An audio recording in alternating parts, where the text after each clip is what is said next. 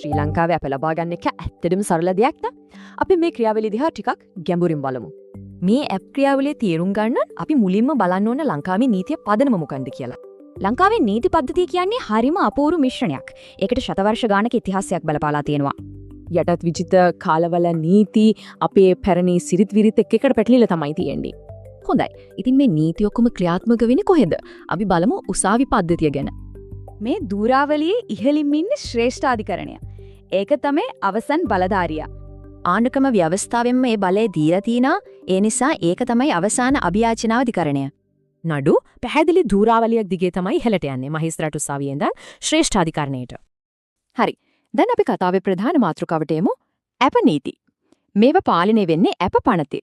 ඇප දෙන එකේ මූලිකම අරමුණ කෙනෙක් වැරදි කරු කියලා තීන්දුව වෙන්න කලින් නිදහස ආරක්ෂා කිරීමයි.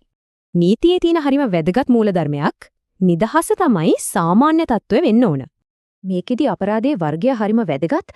ඒකින් තමයි තීරණය වෙන්නේ ඇප අයිතියක්ද නැන්ත කියලා. ඒත් යුක්තියට හෝ මහජන ආරක්ෂාවට අවධානමක් තියෙනවා නම් ඇප ප්‍රතික්ෂේප කරන්න පුළුවන්. දැන් බලමු ඇප පනතේ තියෙන හරිම සුවිශේෂී ආරක්ෂිත ක්‍රමයක් ගැන. මේකට කියන්නේ ප්‍රතික්ෂණ ඇප කියලා. ඒ කියන්නේ අත්අඩංගුවට ගන්නත් කලින් ආරක්ෂාවක් ඉල්ලන එක. හරි.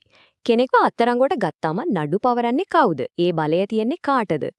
ඒ සම්පූර්ණ වගකීම පැවරෙන්නේ බලවත් නීතිපති දෙපාර්තමේන්තුවට. නඩුවක් උසාවියට යන්න කලින් සාක්ෂි හොඳටම ඇතිද කියලා බලන්න විධිමත් ක්‍රියාවලියක් තියෙනවා. නීතිපතිවරයාට අපරාධ යුක්ති ක්‍රමයේ පුරාම තියෙන්නේ හරිම පුළුල් බලයක්.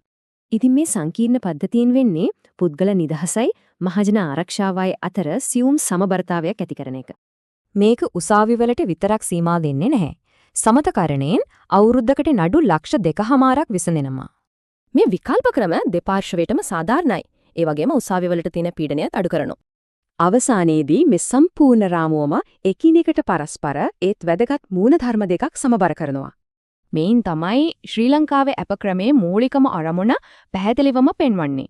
ඉතින් මේකෙන් අපිට හිතන්න දෙයක් ඉතිරි වෙනවා. රටක ඉතිහාසය අද දවසේ යුක්තිය නිර්වචනය කරන්නේ කොහොමද?